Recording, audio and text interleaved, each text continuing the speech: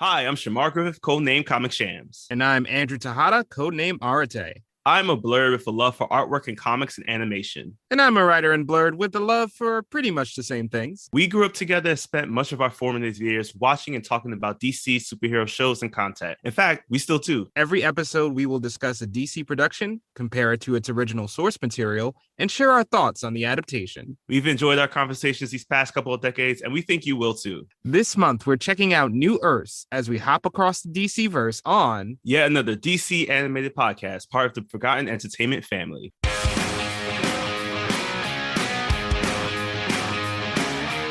Hello, and welcome to Recent Activity, your new favorite entertainment review podcast that attempts to cover every film, every show, all at once. I am your co-host, Andrew Morgan. With me, as always, are two men who are a quarter Na'vi on their mother's side, Shane Beauregard.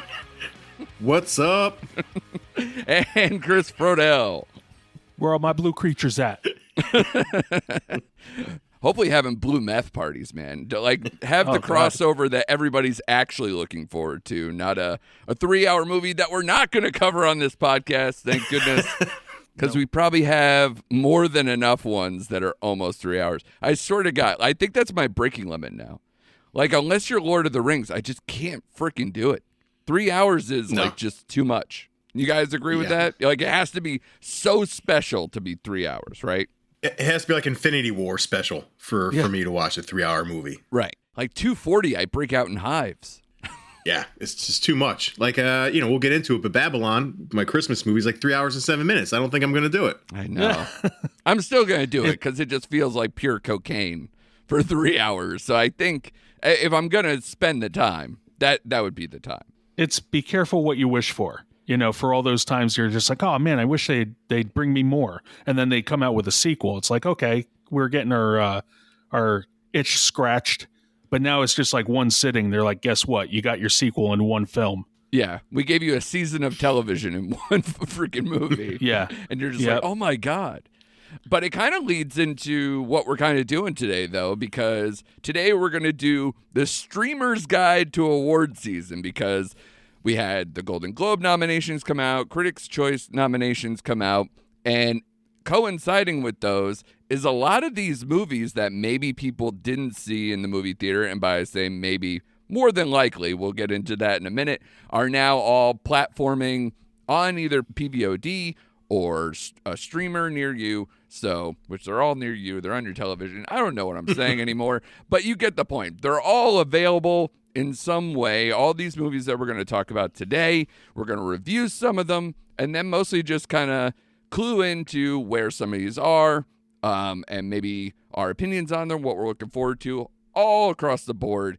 But I wanted to get kind of into the whole, is this reality good for us or good for anybody? Because I actually look forward to award season every year. Chris is kind of lukewarm, and I know Shane has PTSD from the 1 year that he tried to watch all of them and then realized that is not something he ever wants to do again. So I get it in that.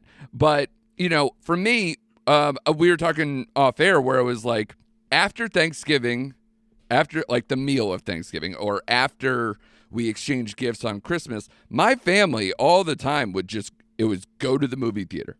Go to the movie theater. A lot of the big releases were on Christmas Day. And now I'm just looking around. I'm looking at the movie times and everything else, and I just go, God, what is there to see? Is anything working? Is it only blockbusters?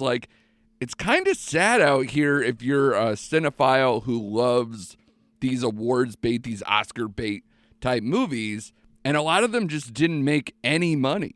Is this something where it's a big problem, Chris? Is this something where the only people who care about these movies are of a certain age, maybe, or care about these award shows are a little bit older, and then we just don't go to the movie theaters as often? I don't know what's going on. Well, I can only speak for myself when it comes to my taste in movies is all over the map. Right. So, I'm into blockbusters. I'm into the small independent features. I'm into the intentional dramas, those dramas that were just we're going to make you cry. Yeah. And, those usually lie within the the Oscar bait, as we like to say. But yeah, there's it seems like the movies that we are interested in, you really have to seek out. I know when I visited Shane, we were trying to find a theater that had the Banshees of Inisherin. Yeah. And we were tricked. We were told that it was at a certain theater. We looked it up. We called up. We sent carrier pigeon. We couldn't find out the truth as to where it was playing. So we scrapped that idea. Right. I know we've brought up before that The Whale was playing by me, and you had looked it up, and it wasn't coming up for your searches. It wasn't even coming up on my phone. Like the Showtimes couldn't list. Yeah. It's very hard for any campaign to work to get people to see these films. Right. And I don't know why that is. You want people in the seats. You want people to basically have an opinion formed for the award seasons. Right. And it's becoming harder and harder. Yeah. And I think based on how our podcast goes too, like, it just seems to be a problem where I can't be like, oh man, the new Spielberg movie came out. We should do an episode on that. Well, some of you guys can't make it to a theater, or it doesn't have it around you, or it's like a theater 30, 40, 50 minutes away from you and you can't get there. Or, well, if we do an episode like that, who's listening? Because they didn't make any money. I went to go see the Fabelmans. I was the only person in the theater. So, like, how can I be confident that we can release an episode and people are going to be like, yeah, I want to know their thoughts on this movie that I didn't get a chance to see and will probably wait for streaming. And that's why it's like, now is almost weirdly the time to talk about some of these movies that were out in theaters months ago, because they're all, either on PVOD or streaming in some capacity. And I feel like, especially people our age, like, that's how we're doing it nowadays. And a lot of people, I don't even know if it's just us or our age bracket, but it seems like everybody. And they all wait until now, which is when the award season starts to kick in full force with some of these nomination stuff. And even the Golden Globes itself, I think, is a month away, not even. The Gotham Awards, I think, already happened. The Independent Spirits are coming around the corner. So it's all going to start getting serious if you're an awards movie. But most of the people I know haven't seen these movies. And some of the movies that were nominated aren't out in theaters or anywhere yet. So it's such a weird time, and I don't know what to do with it. Shane, do you care enough about these things, or is this something you do routinely where it's like, I'll wait for these movies to get to streaming and check them out if I care? It depends. I'll be honest with you. It just depends. Like, I'm not into the Oscar stuff like you guys are, but I delve. I do a little delving from time to time. Yeah. But sometimes forced. You're right. Sometimes forced. Yeah. But I do see the landscape. It, like you said, it's hard. Like, I don't want to drive 30 to 45 minutes to go see a movie. You know what I mean? Sure. But like you with the Fabelmans, I went and saw Bones and All. I was the only one in the theater by myself. Yeah. And I was like, this really makes me sad, because how are these theaters going to survive? Especially the one I went to was like an independent theater. It wasn't like a Regal or a Cinemark. It was just like a standalone kind of mom and pop shop. Yeah. And it just makes me sad. But I just think the way we consume movies now, much like everything else in this world, has changed forever. I don't see anything. I don't see us going back. I see streaming is going to start just picking up more momentum. And then we'll see what happens to the theaters, man. It's just not looking good, though. No, none of these movies that, like, if you looked at, like, say, the Golden Globes had their 10, right? The 5 that were up for Best Drama and the 5 that were up for Best Musical or Comedy. I can't tell you, let's see. I mean, Avatar's making money. Elvis made money. Top Gun Maverick made money. And Everything Everywhere All at Once surprised people to make money. If not, all the other ones either suffered greatly at the box office or, was released only limited, like a Glass Onion or something, where it was like, we're only going to do this for a week just to essentially market our film to get it to streaming, which people make fun of Netflix for them only having it out in theaters for a week. It worked. It made more money than a lot of these other films. And then a lot of people are going to watch it when it comes out on streaming on Netflix on Friday, because they're going to be like, oh, people told me that, like, they just start the word of mouth. You know, all the reviews are out and everything else, and it went into festivals and all the other stuff. So it's kind of a smart way to platform these smaller movies, because I'll tell you, I mean, even I thought of like last year with like Licorice Pizza, like that movie platformed for a long time. Like they started releasing it limited, like, I don't know, say back in like December or something, and then slowly played it and slowly opened it up until like for like 6 to 8 weeks or more, and just kept opening theaters slowly but surely, and just hoping people would do it. And it still didn't make that much money. And that's Paul Thomas Anderson. So the sad part to me with this year is that it reminded me that directors don't mean shit. It's hard for stars to open a movie. Like, and obviously some level of IP still is the only thing that opens up a damn movie, unless you see something like Everything Everywhere All at Once, which has to be so good that it just spreads like wildfire and gets enough. And even then, that movie made just over $100 million, maybe, which is like, you know, Avatar made that over the weekend, you know, or more than that over the weekend. So it's apples and oranges, but it's just so, the box office is so weird.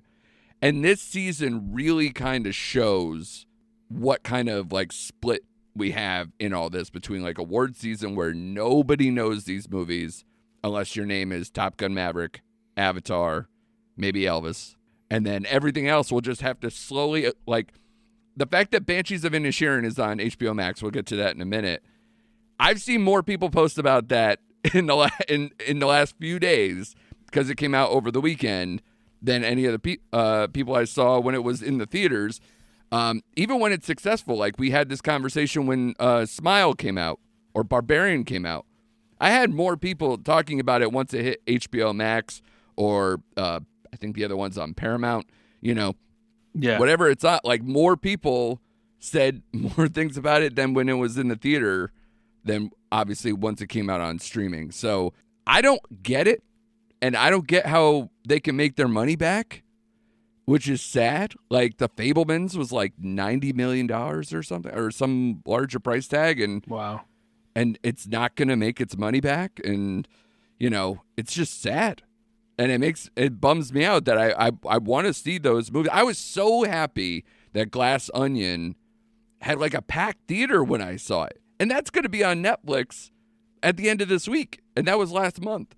So at the same time, mind you, that The Fabelmans was out. And nobody cared about The Fabelmans, which was exclusively in theaters. And people all ran out to go see Glass Onion because it's a sequel to something they know is proven. And it's only out for a week. And didn't care that it was going to be on Netflix. So, you guys have any other thoughts on that before we like get into some of these movies? I mean, it's just a sad, weird state where nobody makes any money. There's no DVD sales, really. The PVOD market is weird. I don't know. I feel bad for these movies. I do too. And like you said, I can't really add anything to what you said, because this makes me feel sad. Unless you're, like you said, unless you're Top Gun or a Marvel movie, you're not making any money. You know, people criticize DC and Marvel all the time, but it's like they're the only ones getting butts to the seats. And I mean, horror that's movies. What it's become. Horror movies are weirdly keeping that afloat. Yeah. Right. So yeah, it's just a changing landscape, guys, and you just got to get used to it. I guess. And honestly, I've seen a lot of these movies we're going to talk about on a streaming platform, because a lot of them came out recently, you know, things maybe we missed or whatever. And, you know, it's not a huge loss. We all have like massive TVs with decent sound systems, and, you know, it's all HD or 4K, you know, streaming platforms. So the loss isn't huge, but there are definitely some movies where I'd be like, good Lord, please go see these in the movie theater. And I think a lot of people follow suit.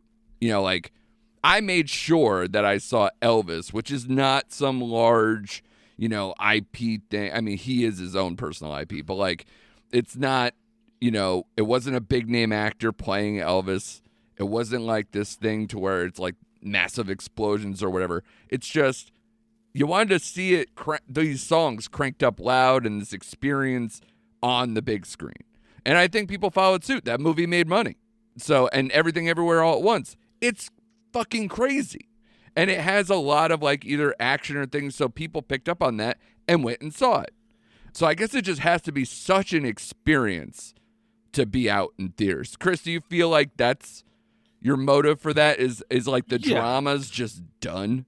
I mean, I would have preferred to see the Fabelmans in the theater, just because it's Spielberg. You know, right. He's got the right cinematographer. He's got the right look to his films. That even if it's just a straight up drama, like it was, or if it's like his I don't know. Something along the lines of Indiana Jones. Right. You know, you want to see his stuff on the big screen. But yeah, not all dramas deserve that. Right. And, they can have that intimacy of streaming at home or, being available on the home watch. Yeah. But it really depends on what really just excites me as far as story. Yeah. If it looks like a spectacle, yes, of course you're gonna go to the theater, but that doesn't say that it's Oscar worthy or it's an awards contender. It's just a movie that either deserves it or doesn't. There's theaters around you and I, Andrew. You have the Trumbull Bowtie Cinemas. I have the New Haven Bowtie Cinemas. Yeah. But again, for me to go to that theater, I have to pay for parking. I have to pay for the movie ticket. I have to pay for the concessions. Yeah. It's an evening, it becomes more expensive than it's worth. Oh, yeah, totally. And even though I'll complain about the $20 rental, at home, you also got to go, if I watch that with one other person, that's $10 a piece, and you don't have to worry about, like you said, babysitters, parking, things of that nature. And then on top of it, how long am I paying for this babysitter when the movie's over 3 hours? Or now, like, oh my God, I'm a huge cinephile, but if I go to another screen and there's 25 minutes of commercials and trailers before then, once it's past its start time, I'm gonna lose my mind. It used to be 10. What's the point? It's not working. Stop doing this. Pay the bill, sure. Do your commercial stuff. Putting the trailers, like, I get that's part of the experience, but do you need all of the trailers? Because it's not working. Because if they're not in the movie theater already to see the movie, then nobody's going to be like, oh, did you see the trailer for this thing? Nobody cares. They're all online. And if you care, you'll find it eventually. It'll make its way to you. I don't know. But it's a different experience now, and it is getting compromised. And I think the biggest people who are suffering are these awards films. And now it's turning into a streaming market, which people made fun of Netflix for years. And it's like, well, at least we know when exactly they're coming out, where they're going to be, and that I don't have to move an inch to watch it. So it's helpful. And I'm sure that other studios are going to kind of start to maybe follow suit in certain ways. But let's dive in. We have a lot of ones to go over, but I wanted to kind of just put out there for the people, what's available right now. So on just PVOD rental, in terms of just award stuff, you have Armageddon Time, you have Till, Bones and All, The Fabelmans, The Woman King, Triangle of Sadness, She Said, Tar, and Marcel the Shell with Shoes On, all that have nominations in some fashion between Golden Globes, Critics' Choice, or a lot of these critical bodies that have started to put it out. HBO Max just put out Banshees of Inisherin. We'll talk about that in a little bit. Elvis has been on there since it hit on streaming, and that's doing really well in terms of the awards chatter. Nope is on Peacock. Hulu has the documentary Aftershock, which is doing quite well. Same for Prime with Goodnight Oppie. Apple TV Plus, Causeway is making a lot of noise. We'll talk about that one. Emancipation Will Smith movie. So that's getting very divisive right now, and it doesn't seem to be surviving award season. But if you have Apple TV Plus, it's right there and available for you to watch. Everything Everywhere All at Once is on Showtime. Paramount Plus is going to have Top Gun Maverick. When this actually comes out, it'll be available to you, which Shane just made his pants tight, as he likes to say, that coming out. And then Mubi, if you even know what Mubi is, Mubi has Decision to Leave, which is one of the best international feature candidates that's been kicking around the season as well. So tons of options. So you guys go out there, check a lot of these movies out, because we'll probably be, diving into a bunch right now. And then obviously as award season progresses, we'll probably, discuss a few more as it goes through, or go back in some of our old episodes, because I don't know, probably a handful at least of the ones that I said, and I haven't even gotten to Netflix yet, we've covered on this show. And Netflix, between Glass Onion that I said, that comes out on Friday for the streaming. White Noise is in theaters now and is on streaming on the 30th. RRR is the exclusive spot for streaming for Netflix. And then they also have Guillermo del Toro's Pinocchio, and then All Quiet on the Western Front, which right now, just a shameless plug for me, I'll be having my top 10 Netflix original movies of the year article drop on whatsonnetflix.com. So look for that this week. You can always search my name or look for that, but it should be out sometime mid-time this week, and you can check it out, because all those movies will be either soon to be or available on Netflix, so you can just watch it, check out my opinion, and, instant reactions. Go to the comment section or hit us up on here for social media. So shameless plug over for that one. But let's get to some of the reviews. And like I said, even though I've already reviewed this on our podcast, I wanted to kind of bring out Banshees of Inisherin again, because this is the one that it made some money at the box office, but it wasn't like a huge release. But it's probably going to do quite well on streaming, especially because it's on HBO Max, which has a lot of subscribers. And like I said, I've seen a lot of people already diving into this. And again, we've said this with Barbarian when they had that perfect release time, like right during the Halloween explosion, horror, everything else. I think this is the award season version of that, where it's on HBO Max right now, and it happened to coincide with them leading the Golden Globe nominations with 8, and also had 9 Critics' Choice nominations. So it's doing quite well.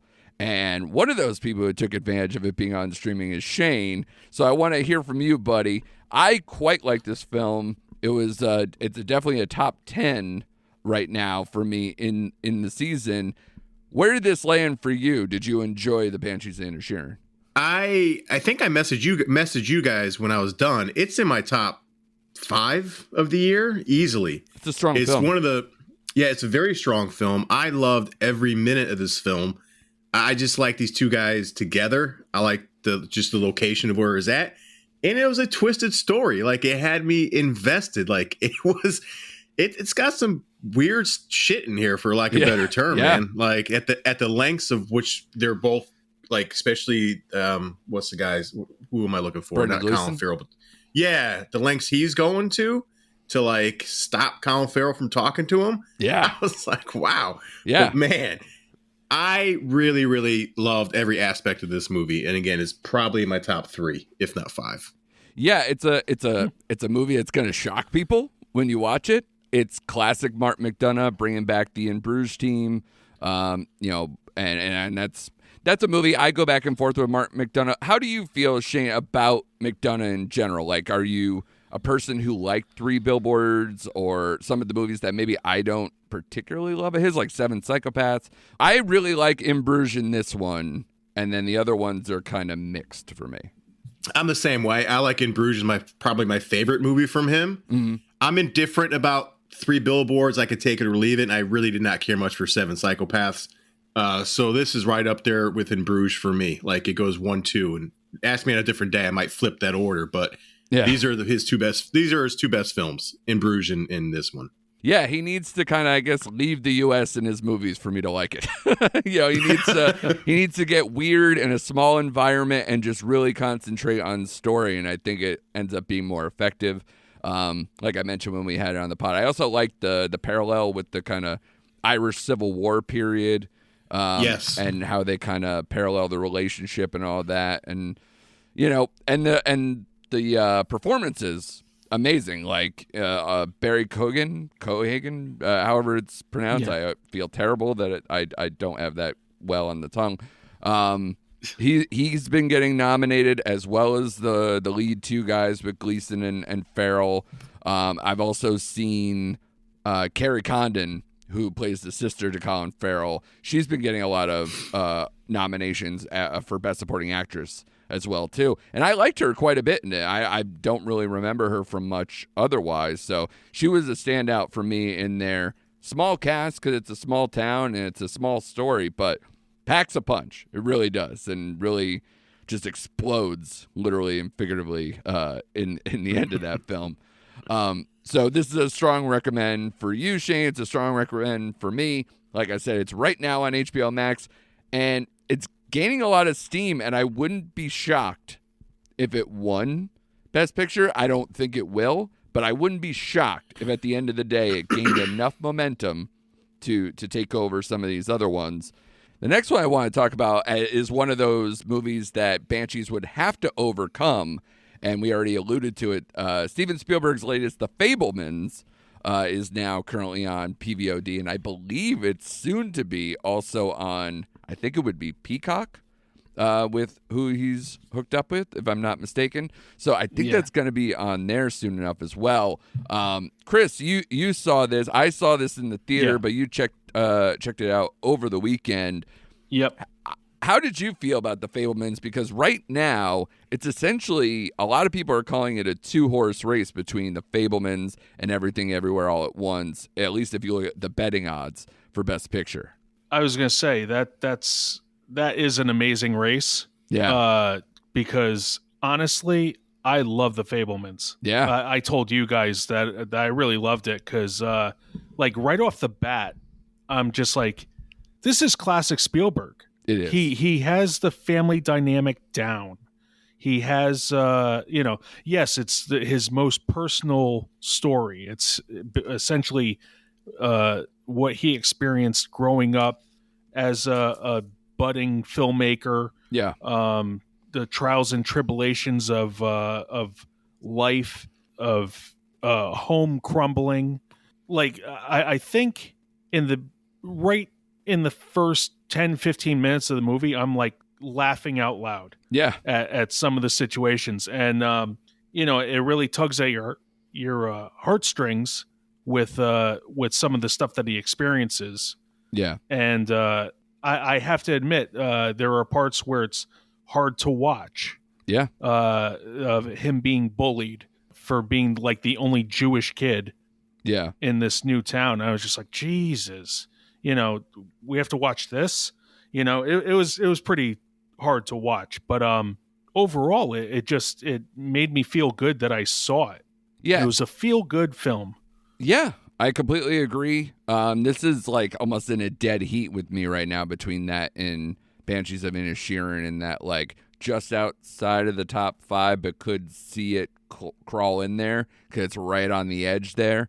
Might have to do some rewatching now that a lot of these movies are now back on streaming, and will help me kind of shape our list, which will come very soon, I would imagine, because we're at the end of the year here. But yeah, I really like this movie. It's a return to form. I love Steven Spielberg, and I would say I probably haven't even liked or like really was like over the moon about any of his movies in like a decade, which is sad. Like I hated Ready Player One. I thought The Post is boring. Bridge of Spies is okay. Like nothing that made me just go, yeah, fucking classic Spielberg. Yeah. But this one I was like, Uncle Steve is back. We're back in business here, and it's his life story, so everything hitting close to home, but he's not the person writing it. You know, he's working with his writing partner from his previous film, West Side Story, which again, a movie that I thought was okay, didn't really hit me. Thought it was a little outdated and some of the updates didn't work for me. So that was not a movie I was into either. But this one, it's a divorce drama shoehorned into a coming of age that works on anybody who should be into Spielberg's movies. Like, because you got all the early kind of becoming a filmmaker, gaining the interest, seeing where he goes with it, on top of him filming his family, and when the family's falling apart, kind of like this kind of inside movie meta kind of thing going on inside there. Plus, as you said, I mean, it has everything from, you know, kind of first loves and you know, anti-Semitism and a lot of things that were going on in his childhood, the time period of his childhood. And God, it's just brutal. But we knew that was kind of coming because all of his early films are like these spectacle movies that are shoehorned with families of divorce in them, because that's how he kind of saw the world. And then, you know, E.T., Close Encounters, all those like early Spielberg films have a lot to do with the divorce angle. And now you see why, because, you know, that was a tough breakup between his parents, and it's an interesting story. I'm glad I saw it. I'm glad I had this the movie theater all to myself, but that doesn't bode well for them, of course. But yeah, this movie is definitely worth watching. It's currently, like I said, on PVOD. So seek out the Fabelmans. Join in on the awards season, because that one's going to be a player. Whether people like it or not. I've heard people be like, you know, Spielberg just needs to go to therapy. No, he doesn't. He's he's like a 70-year-old man who's a prolific director. Make a movie. That's how you work out your feelings. Do it. And it's funny how last week we were talking about Kevin Smith and how, you know, he puts a lot of himself in his films. And then here we are talking about Spielberg, who does basically the same thing. He has a career built on it. And the same goes for him. You know the stories. You know he's a child of divorce. He you know, puts himself into the movies. And, you know, you definitely know what's coming if you know the stories. Absolutely. Yeah. Yeah. And I appreciate all of it. I didn't feel the runtime. I was a little apprehensive. I think that's probably another 2.5 hour movie too, where I was just like, God, a drama about these type of things. It's hard to sell that and sell that runtime, but you know, it works for me. It worked on me. I didn't look at my watch once. I was following it the whole time. So I was going to say, I also want to add, I watched it yesterday on Spielberg's birthday. Hey, there you go. Yeah, so celebrate the man. It was serendipitous. The legend. Yeah. You know, and that's why Chris has the cool facial hair for Papa Spielberg too. So, you know. You'll see it in the promos. Yeah. So, like I said, check it out. It's on PVOD right now. Definitely worth the money, worth the watch.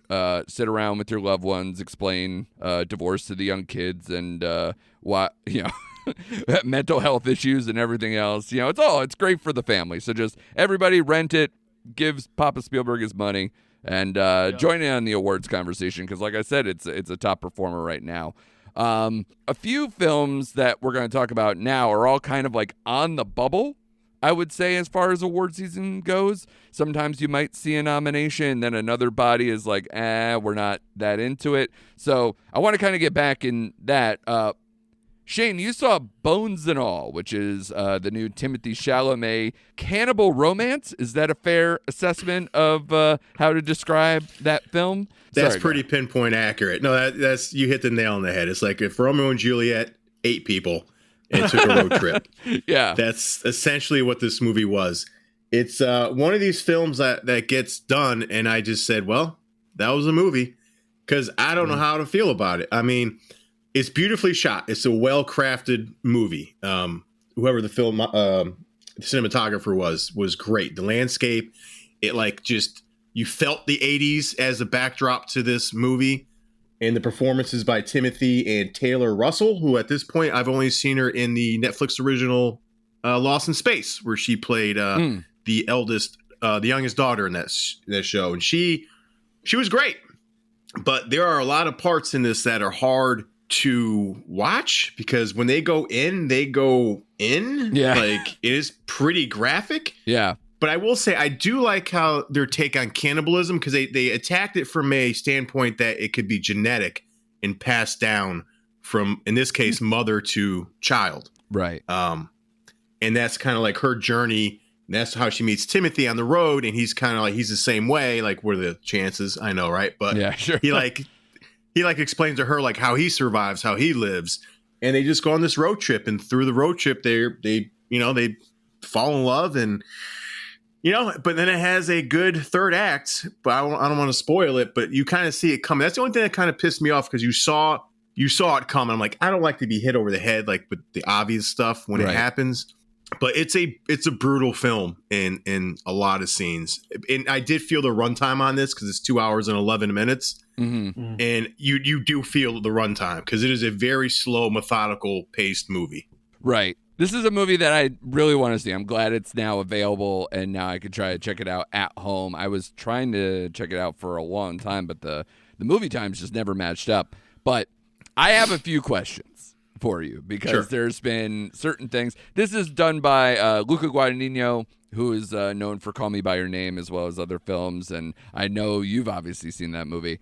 But the big thing about this film is that he worked with Armie Hammer in 2017 with Call Me By Your Name. And then a documentary comes out, and obviously other stuff circulating about Armie Hammer's family being like cannibals or having some kind of cannibal instinct. And then all of a sudden, Luca Guadagnino has a movie about cannibalism and like a genetic component with it. And it's like, nah, it's just coincidental. Do you buy that? I don't. The signs were all there. Yeah, I don't know. I forgot he worked with Armie Hammer, and all those rumors were flying around with the cannibal. Oh man, you make a good point. Yeah. Now, obviously, this is based on a book, which I haven't read the book, but yeah, interesting though, the timing of all this stuff. Yeah. Do you think you got the book recommendation from Armie Hammer? Is that maybe where we're going with this? Maybe that's the through line in all of this. This'll change your life. All right, Why'd you say it like that? No. The non-speculative question that I have is that the way the trailer kind of looked, and I've heard this from other people too, and it made me actually excited to see it even more. Does it have the vibe of a Near Dark?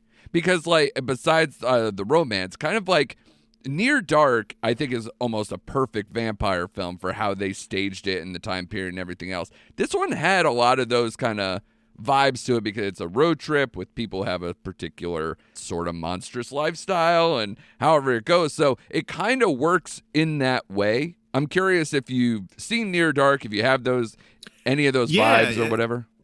It does have those vibes now that you bring it up. It's been a while since I've seen Near Dark, but yeah, it kind of, there are some similarities there, especially the way that it kind of shoot the landscape around them. Yeah. But no, you make a good point. It did have that, because going into this movie, this is one of the few movies I did not watch a trailer for. Right. I had no idea.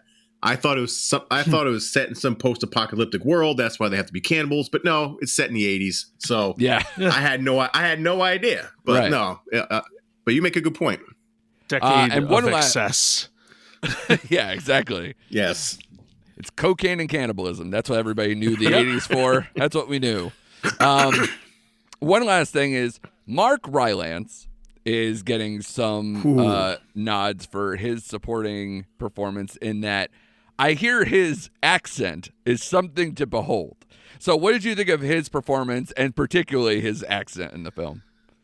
He made my skin crawl. Like, it was disturbing. And he is excellent. He's a standout in this film. I don't want to spoil it because that's where it's going to turn into, but his performance was just gripping. I mean, he was great, but also I wanted to take a shower when I got home because he was just, he's so creepy. But yes, he was outstanding. Our friends at Mike and Oscar like to liken his accent to Mr. Hanky the Christmas Pooh. Does that ring any bells? Did that feel accurate to you? You just put that in my head. Yeah. Yeah, a little bit. A little bit. He's like, howdy ho. Oh, my God. Just putting those things together, Mark Rylance's face and that particular pitch or accent, just I would make my skin crawl too. So I wonder if I'm gonna find it comical or creepy or a mix of both. I don't know. But yeah, it just it seems like something that it's not gonna leave my brain once I watch it. God. But hey, it's available on PVOD, and I will probably end up checking that out as well. So I'm glad you at least were into it enough. It's a tough sell. I get that. So it's a very tough sell, and I think I graded it a 3.5 just on how well the film was made. So I can respect it, right? But it's nothing I'll ever watch again. As is the award season way. Let's stick with you, Shane, for a minute here and move on to another one that's kind of been on the bubble here, mostly known for one performance in particular, that is Causeway on Apple TV+. This is a kind of a comeback of sorts, because it's been a minute since Jennifer Lawrence has been not only in the Oscar conversation type movies, but also just in a movie in general. It's been, I think, 4 years, 3 or 4 years. She kind of like went away for a little bit, and now she's back. And you know, it's a moving drama, right? With kind of a military aspect to it, PTSD and the like. And I'm sure you, being a veteran yourself, can relate in some regard to what's going on. On top of you're a film critic with us too, right. So it's a good combination for you. What did you think of Causeway? I loved it, and I can see where a lot of people wouldn't like it because it's a slow-paced movie again. I think it's right at 2 hours, a little bit longer. Okay. And it does deal with Jennifer Lawrence and Brian Tyree Henry. Yeah. Yep. Outstanding. And it's about their friendship. Like, she comes home from war and all she wants to do is go back. She's trying to get cleared so she can go back to war. Right. And it's about her trying to fit in with her mom and society. But I think this is the best performance she's had in easily over a decade. Right. Maybe 15 years or so. Wow. And it's just the friendship that kind of forms between her and Brian, because he's kind of a broke person too. And they kind of meet each other at the perfect time of their life. But if you like a well-acted film that's on a smaller scale, because this is what it is, I loved it. But I can see a lot of people can say that they're bored by it because it just really nothing really happens. It's like this little short period of her life trying to find herself. Right. So, but I loved it. I loved it. I think I gave it a 4.5 out of 5. Oh, wow. When I rated it. Yeah. Go ahead. Well, I was going to say, Brian Tyree Henry seems to be the story, at least as far as the awards conversation. He seems to get a lot of Best Supporting Actor nominations, either in like the Globes or the Critics' Choice, and then on top of the wider critical bodies have come out with their best ofs, and he seems to pop up a lot.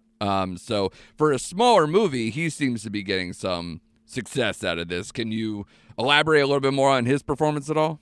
No, he was great. Like I said, they work well together. They had they have good chemistry together. And again, he plays someone who helps her out when she's home, and they form a friendship. But yeah, they're in the movie probably equal amount of time.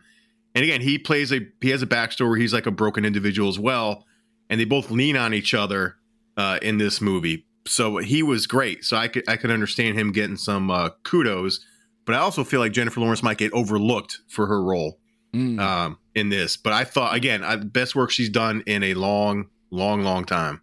She seems to be getting overlooked. Why would you say that? Because Tyree Henry is so good, or just because the movie doesn't play to her character enough to make it like transcend? Yeah, I think it's the movie itself. Okay.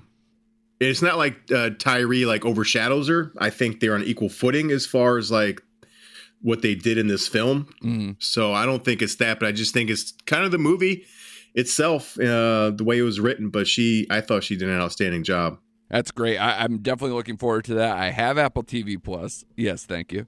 I celebrate that every day, even though they had their price increase kick in finally. So they did it right after our Apple TV Plus episode. I still think that's hilarious that they announced it as soon as I was like, oh, it's great because of the price point, and then they ruined the price point. So if you have Apple TV Plus, be sure to check out Causeway and see what all the fuss is about, what Shane was talking about, and the praise specifically for Brian Tyree Henry that seems to be permeating through award season.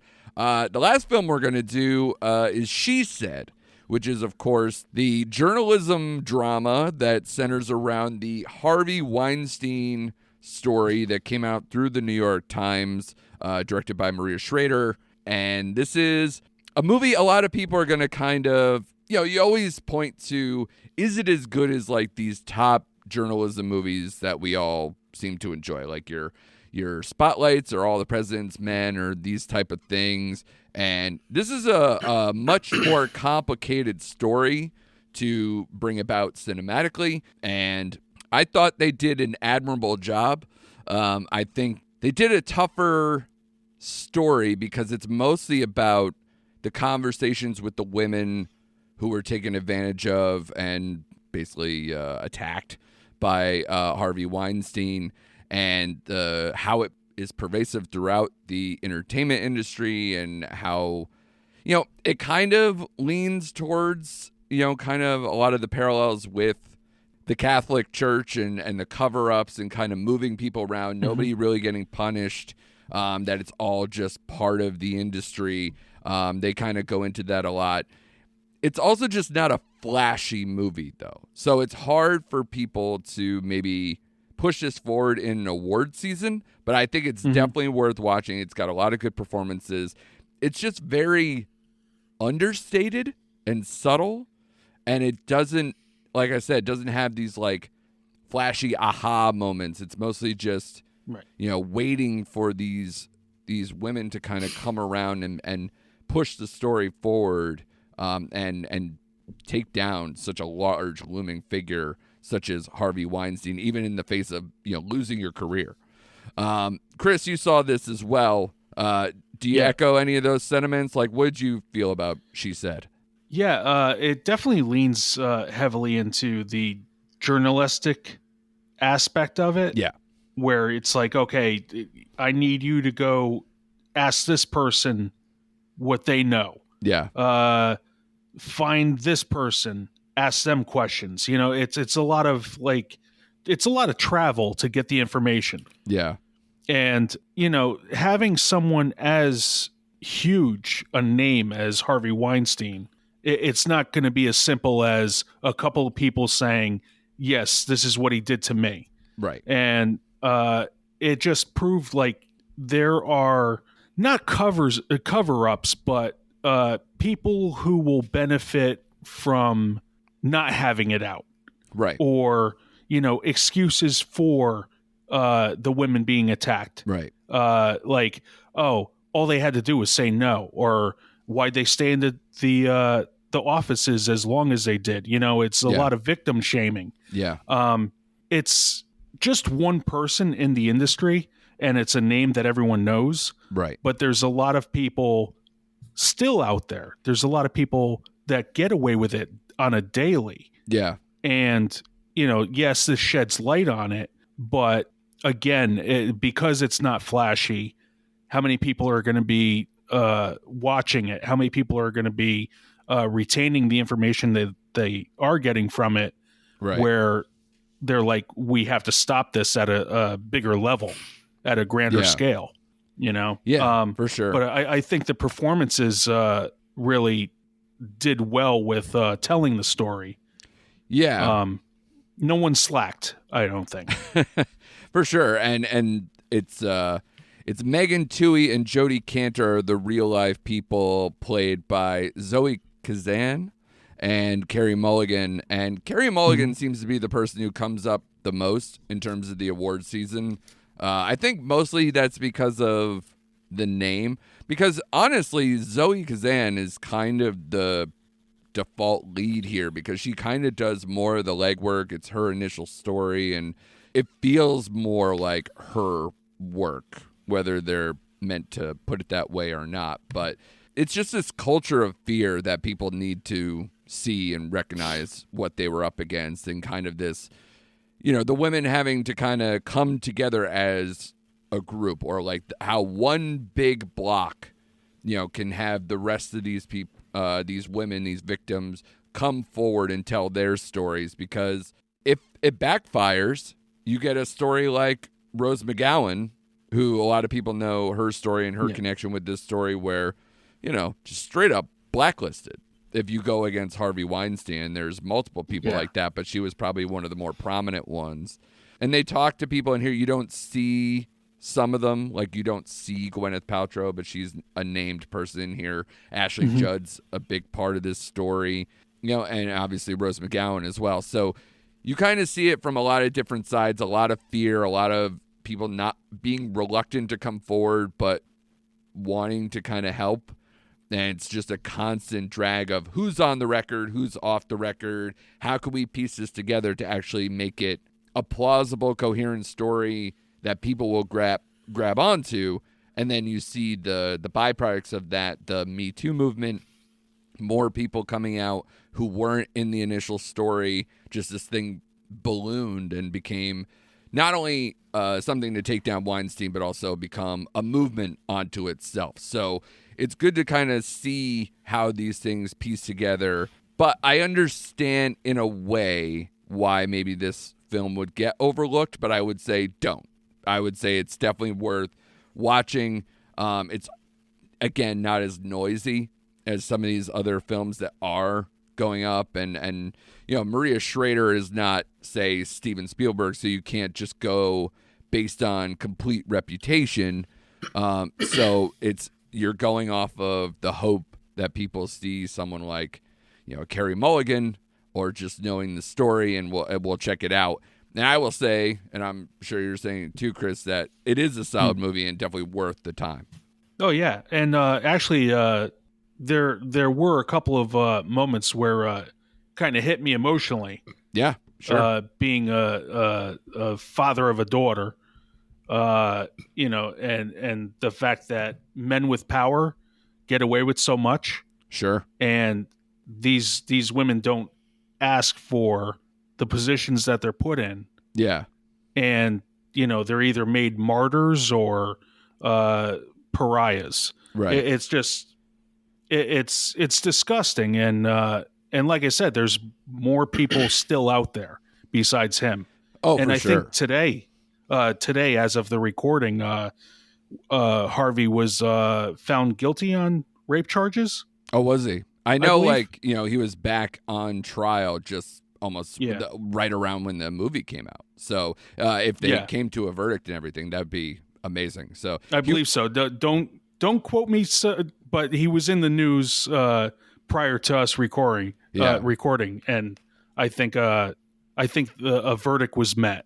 Well, he's still serving a very long sentence, so that we're not going to hear from him regardless, but I'm glad people are still seeking justice against him because it's just so important and good to keep, not only just for Weinstein, but I'm sure there are many Weinstein-type characters, maybe not as big in the business or what have you, but just this kind of behavior needs to be taken to task, and people need to be reminded.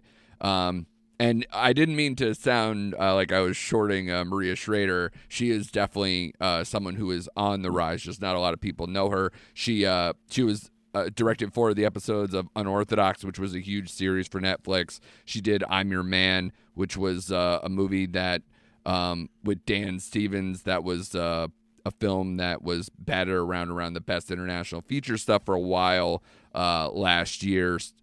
So, good on her. She's definitely got a career that's really coming together, starting to get more prominent by the day. So hopefully she maybe will be amongst the ranks of some of the more prominent directors and be able to maybe open a movie on her reputation alone, let alone a story like this. So She Said is also on PVOD rental, so you can check that out right now online. Go to Apple or Prime Video or what have you and find it there. But a lot of these movies, like I said, some of them are on the bubble. We're going to see not all of them got like Globes or critics, and it's going to be a while until we get the Oscar nominations. I think we're about a month away on that as well. So definitely check these films out. We're going to probably talk more best of stuff in the weeks to come here because, we have a lot of opinions, guys. We're here every week. We got to fill that time. It's been a long year, and it'll be interesting to see how much our lists have changed since we started this podcast back in May. And usually this time of year is when it's just crammed in of all these Oscar bait films or awards contenders. So it'll be interesting to see it go head to head with something like Maverick, Everything Everywhere All at Once, all these movies that we praised back in the middle part of the year. So anything else, guys, before we get out of here? Anything that maybe we didn't talk about that's like something that's on the brain that you're looking forward to now that it is coming to streaming? Well, I am looking forward to Knives Out, Glass Onion. Yeah. That's the only thing, and it's this Friday, so that's as immediate as I get. Yeah, I'm like I said, I'm currently putting together that top 10 article, and as well as if you want to check out my Glass Onion solo review, it's also on what'sonnetflix.com as well. But now's Netflix's time normally, and we've seen them really come out with some stuff that is still in the Oscar contention of like Pinocchio, Glass Onion, All Quiet on the Western Front, which I caught recently as well, and maybe I might save it a little bit for when we get into the best ofs, but I will say this was an incredibly impressive film that Shane talked about a few weeks back, probably at this point. Yeah. So go back and check out one of our other kind of like streaming recommendation episodes, I believe. Maybe the one with the Weird Al as the centerpiece, that episode, I think it was, where Shane gives his opinion on it. But I absolutely echo everything you praised about it back then, and it's definitely up there for Netflix's better stuff of the year, and it was nominated at Critics' Choice and Golden Globe in Best International Feature, and people think it has a really strong shot at winning. So, and I hope it does, because it's really good, and it's definitely the best international movie I've seen this year. So, good on them for that. I would also say on the 30th, White Noise, the new Noah Baumbach movie, which is currently in theaters now and will be on the streamer, like I said, on the 30th. I saw this at New York Film Festival. I watched it again in the theater. It was much better the second time. I know those are always hard movies to be like, yeah, this is a lot of movie to take in, so please watch it more than once. It's always hard to say to people.